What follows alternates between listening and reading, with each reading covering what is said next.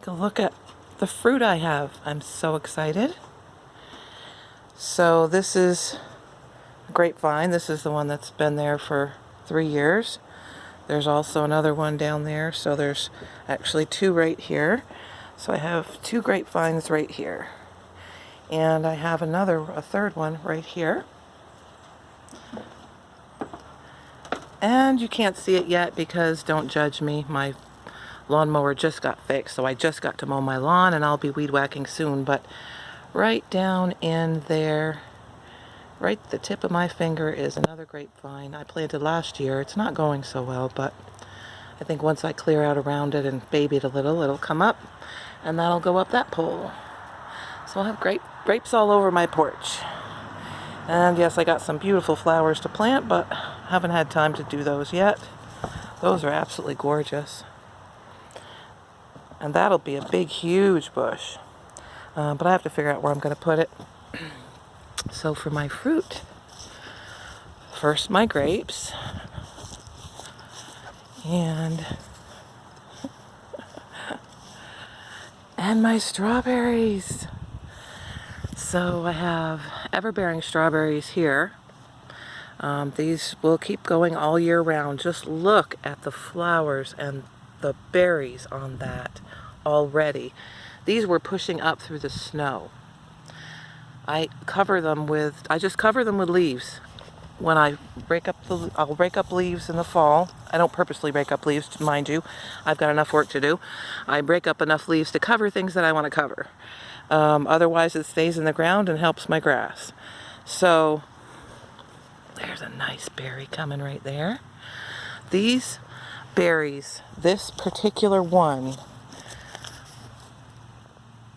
ever-bearing early glow strawberry, has been phenomenal. It doesn't want to die, and it just keeps getting bigger and bigger. And hopefully this year, it didn't last year because last year they were new. I didn't get any runners, but hopefully I'll get runners. And I'm just going to have them come over here to this side. My plan was, as you can see, June Whopper strawberries. I wanted one side to be June berries, so I'd have a whole bunch of berries in June, and then the other side for all year round. Well, this is the 2nd year in a row I have planted the June strawberries. Last year it was a different kind of June strawberries. This time I chose a different brand, a different variety, thinking, okay, maybe the variety just sucked. Well, the roots are here, but they are not growing. I'm going to try mulching it. Maybe they're just not being kept moist enough, and we'll see what happens. But I'm not all that worried because I won't have June berries. That's all right. These things have been so fantastic that I don't even care. I'll just have them spread over to this side, and I'll take that sign down.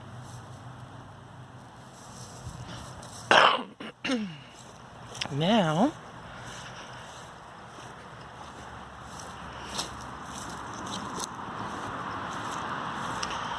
so grapes and strawberries, and I am so excited about this. I don't really care for the light red cherries, but this is a darker cherry, more like a black cherry. Well, kind of in the middle. Cherry dwarf Juliet. So, not a cherry tree, but not a bush. It's going to be kind of in between. It's I just planted it this year. I have to put more mulch around that, and all of my trees actually. But now that I've mowed, I'm going to just use the grass. Makes the best mulch around the trees. So that one is looking nice and healthy. Got that in last weekend. So grapes, strawberries, and cherries.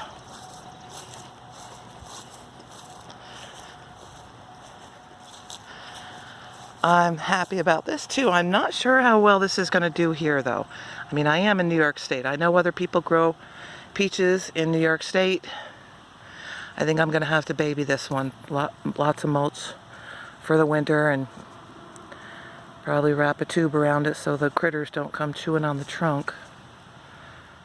But I don't know, we'll see. There's some kind of pest, I guess, you have to worry about with peaches more so than others. But it's looking nice and healthy.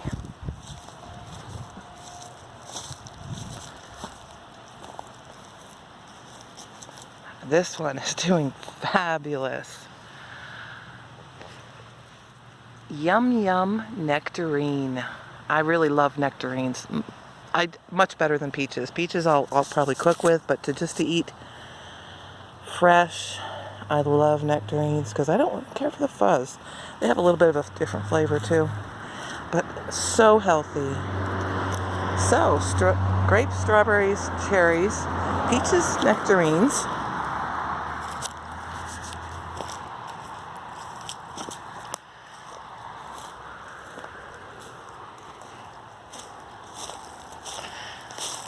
My little shaded spot.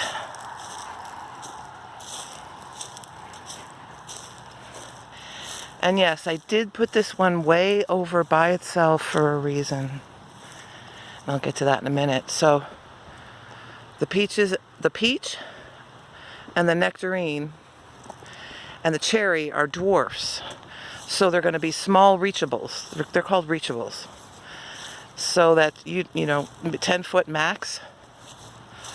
This, on the other hand, I think I put a picture on my homestead page, was a stick. I really didn't think it was going to grow anything. I mean, it was just a stick with some roots, and the roots didn't even look, they didn't have the little hairy things on them. It didn't look like it was going to grow. But look at it now. So yeah, you can get a stick in the mail and it grows into a tree. This is a full-size tree. A full-size honey sweet pear. Pear's another fruit that I just absolutely love. Fresh pear, there's nothing like it. So, but this is a full-size tree, so I put it over here in this corner. I wasn't worried about those because hopefully it will get just as taller, and I'll cut them down if I have to. I don't care about them, they're just sycamores. So that's my fruit, and I have, oh, I'm not done.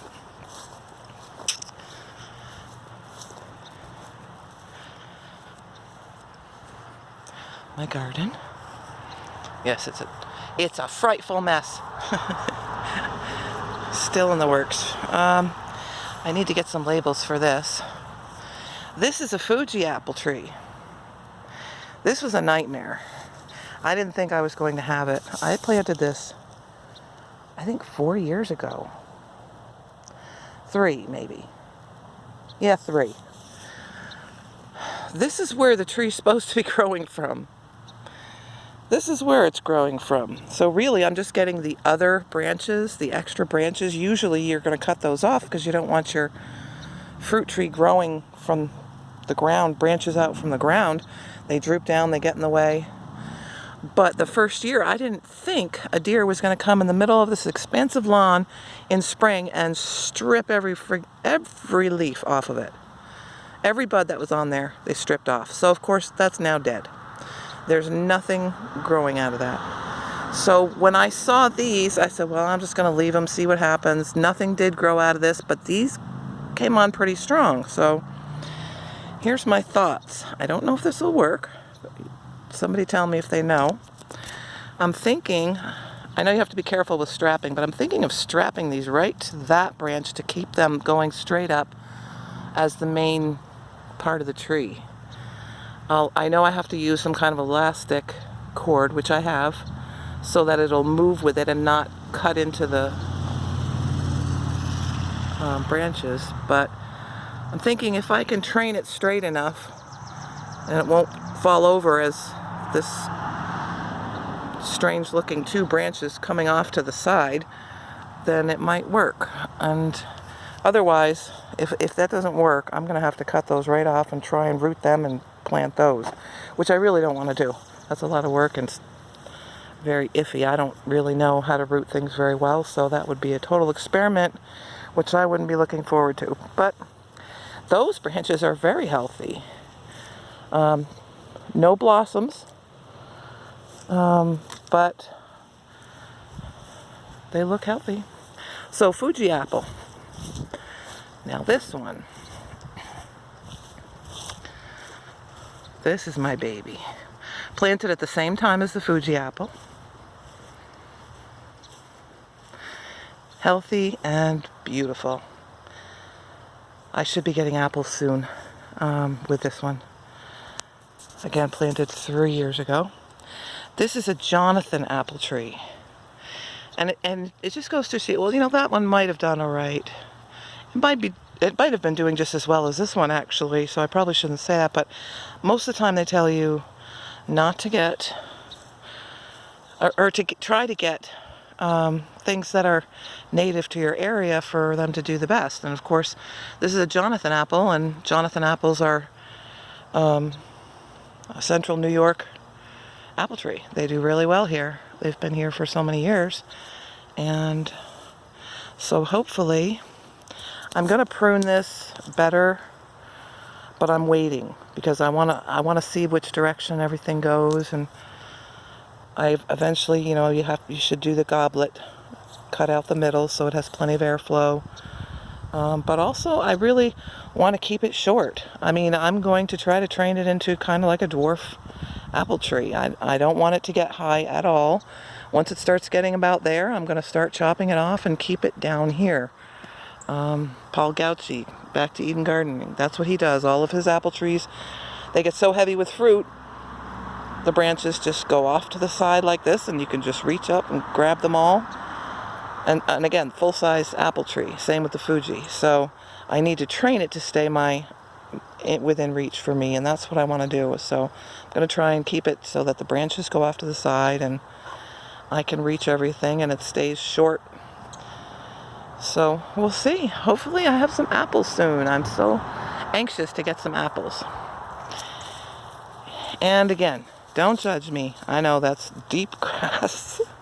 I just got my lawnmowers working yesterday and got my front lawn done yesterday. So I was going to try and hop on it today and do the backyard, but it is so hot out here and I've still got more to do in the garden.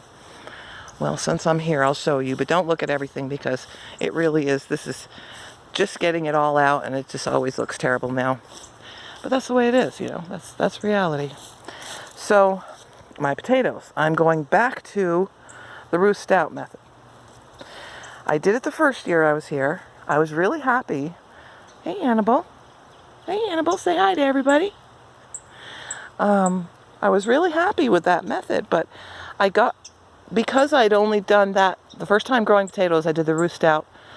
The second year, I did it the regular way, which is digging them down into the ground and digging them up again. And so, because I wasn't sure, I realized pretty quickly that, as you'll see right here, we get, oh, sorry, the camera. I get volunteers continuously. After the first year after I had potatoes in the ground, I started getting potatoes the next year when I know I didn't leave any potatoes in the ground. Well, you know how that is. I thought I didn't leave any in the ground. So that's telling me there's no problem with leaving potatoes in the ground. They're going to come back the next year. So I then adopted the method of every time I would come through and harvest, you know, I'll harvest potatoes once they're big enough, you know, halfway through the summer. I'll start harvesting potatoes as I need them to eat. The rest stay in the ground. And then in the fall, I pull them all out. But when I do, I throw one back in. I always throw a nice sized potato, not a small. Sometimes I leave the small ones in there if they're just too small for me to bother with. But other times I'll make sure that there's at least a medium-sized potato back in the hole and cover it back up. Now those are planted 6 inches down. And every year now they come back up, so I don't have to come out here and plant potatoes again in the spring. But then I realized this digging is really a pain in my butt. I don't like doing too much work. I've got so much work to do. I don't want to sit here and dig. It takes me all day to dig out all my potatoes because I usually do 3 rows. So I said, okay, back to the Ruth Stout method. I may have to come out here in the spring and throw my potatoes on the ground, but that's a lot easier work. And this is the way I'm looking at it. It's a lot easier work for me to throw my potatoes on the ground and cover it with hay than it is for me to dig up the potatoes to harvest.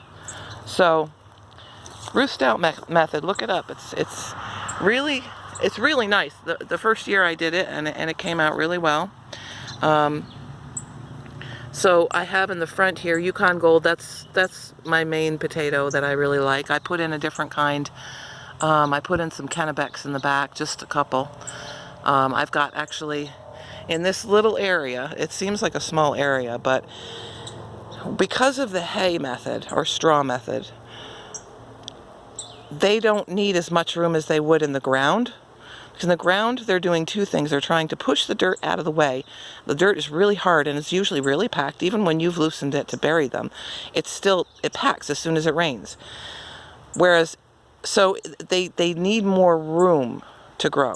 Whereas in the straw or the hay, they can be right next to each other. They're just going to move around, and they're just moving the hay around, and the hay is still staying on top of it. That's the trick. The hay stays on top of it to keep the potatoes from getting green, but they're growing fine. Right now I just have them set on top of the lawn. So normally, now next year, if I keep doing this method, what's going to happen within a couple of years, probably next year, all this straw will have broken down and be turning into soil. So within 2 years, I'll be throwing the potatoes down on top of the soil. Really, it's going to be soil. It's mostly going to be just hay that's broken down, and it'll be mostly hay soil kind of mixture. So I'll be throwing them on that, and their roots and everything, they get their vitamins from that, and they get all that they need. So, and if you're feeling like they're depleted at all of vitamins, you can throw some it's either bone meal or blood meal. I forget which one. I think it's bone meal. And they'll get plenty of nutrients out of that. So they're not missing nutrients by not being dug down into the dirt. And so much nicer just to come out here and lift up some straw and pick a potato. I mean, immense savings of work. Anyway, enough about that. But anyway, so here's the potatoes I planted last year. And you'll see they're kind of in a row. So I've got some more that are coming through the straw, but here's more. I've got a bunch. And they're coming through like I had planned for them to come through. So now actually in this area, that's where there's 2 rows in there that are buried in the ground. So I'm actually going to have double the potatoes. I'll have some on top and I'll have some down in the ground. Which I probably won't bother with, depending on how many I get out of this. If I don't get enough, I'll dig down into the ground and get the other ones that I had planned for this year. But that's my potatoes. So yeah, this is my corn. It's quite disappointing because I plan to have 4 or 5 times that much, but they weren't sprouting, so I went and got some more seed, and I'm actually going to sprout some more and put them in this bucket. These are those window wells I did that last video on. They've got all different heights too. So I've got a shorter one, a little bit taller one, and the tallest back there. So I'm really happy with them. I slapped them together in 10 minutes with the nuts and bolts. So, you know, it depends on what you want for decor too. I'm not all that fussy, as you can see. I just do what needs to be done. I want to get it looking better. And eventually they'll all look like that. All of these short ones I'm going to replace with shorter, you know, the same height, maybe a little bit taller. Just like that. And they'll all match eventually. But my main focus was to get food growing, so don't judge. Anyway. Golden Bantam corn is what I have growing in here. And as you can see, this is what I'm taking care of today. I did just get these in the ground last weekend. I've just been scrambling with a lot of things. I'm working a lot of overtime at work. So I haven't been doing it exactly as I need to do it. This, when I planted it, I should have immediately put straw over the areas where there wasn't any corn. That would keep this from happening. This is brand new from the waste management facility. I get the leaf compost by the truckload, $15 a truckload, and I can fill a bunch of beds with it. And it's fabulous. I found out by accident that it was fabulous. Putting peppers in pots next to each other. One had this in it because I ran out of the expensive organic, you know, really expensive. I was shocked at the price per bag, but I wanted to have the best peppers, and it was all organic. So The peppers in this grew way better than the peppers in that expensive stuff I bought in the bag. So that told me this is good stuff. And they said that all it is leaf and tree limb compost. There's no animal waste in it. So it's not horse manure or anything like that. It's just leaf compost or tree limb compost, wood compost, grass clipping compost. And so it's been great. That's what I'm using. This, I'm going to plant some more corn in once those sprout. I have them in a sandwich bag in the house. That's the best, easiest, quickest method I've found to get corn going. Whenever I've planted it in the ground, it doesn't grow. I've tried it year after year after year. I'm done trying that because it just doesn't work for me. It may be me. I don't think it's something I'm doing wrong because I've actually went and watched a zillion videos on planting corn and growing corn, and I'm doing everything that they say to do. It could be my ground here. They just don't like it. But no, that can't be true either because I did do it in a raised bed one year. Still didn't grow. When I sprout it in the house and then plant it, it works every time. So these, I'm so happy. I had planned, remember I said I was going to make 2 of those beds. Then I changed my thoughts and said, okay, that was really hard to put together all by myself with one person holding up a corner, screwing it in, drilling holes. It was just very difficult. So I said, I'm going to do 1/2 the size. So I was going to do an 8x4. And that's supposed to go here. And that's where my sweet potatoes are going to go. But I still was behind in everything. And I said, you know what? I just don't have time to build the bed. Since I had these, I was planning on putting my corn in here. I said, you know what? Change of plans this year. That's what happens it happens. Change of plans. So my sweet potatoes are in here this year. By next year, next spring, I will build that other bed for here that matches that one. And then hopefully do the small ones for there so that they all match. And then it'll look much better here. But for now, this is where my sweet potatoes are. I have 2 of these. So, there it is. So I've got 2 different kinds of sweet potatoes. I've got the Beauregard here, which I've got to tell you have done great as far as transplanting and picking right back up. I know they look sad, they really do, but I just put them in. They will pick up like you wouldn't believe. And this is what I was talking about with the straw. You just old mildew, old straw, hay, whatever farmers are throwing out. That's what you put on here. As long as I have a layer of this on here, and it only has to be 1 inch. It can be much thicker, and it's nice when it's much thicker, but even just 1 inch will keep the weeds from growing, and it'll keep that moisture in, and that ground won't, excuse the dirt under my nails. Boy, I did some digging today. Random. But it'll keep it from cracking like you see in there by the corn. That's why it's happening, is because the top layer of the dirt is not keeping the moisture in. This keeps the moisture in, and it will never crack in here. So that's what I have to do to all of the beds. That's why you see straw in all of them. Other people use other things. I use the straw. So just getting ready to plant a new zucchini plant in here. I had one that I put out real early, and as you can see, it's pretty sad. I have some nasturtium in here. Nasturtium is a great flower. So attract the bees always. I've always got flowers planted in all my beds. But this one gets rid of that, it helps to repel that silly vine borer that just drives me crazy and gets after my squash. And there's my yellow summer squash planting. I've got some growing. Again, I planted my own here early. This one just died, so when I came out and saw that it had started to die, I just went and plopped a couple more seeds in the ground. They're growing. But then I also have some more that I'm going to put in. I don't want to, last year I didn't have any because I just wasn't prepared. And so this year I've been planting and double planting, and you wouldn't believe. I've got more peas going just because I want to make sure I don't run out of peas this year. Like last year, I love my peas. Oh, look at the flowers already. I love fresh peas, just munching on fresh peas. There's not a better taste, I think. And so sugar snap peas, that's typically the one that I like the most. That's the one on this all the way across. But I wanted to try a couple of other kinds, so I have a couple other varieties. These weeds, I gotta get through here and weed. There's some other places I have to cover with, and that's what I do through this whole thing, is cover it with cardboard and then cover it with straw. Eventually, I think I'm gonna get some gravel in here, but that's after all these weeds are eradicated. You can't just come in here now, put down cardboard or some kind of layer of something and then gravel and then think that that'll do it, because it won't.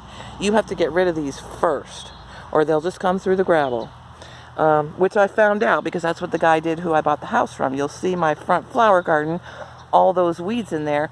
That's stone and gravel that he spent the money to put in there, and all the weeds are just growing right through it. So I have to take care of that too eventually.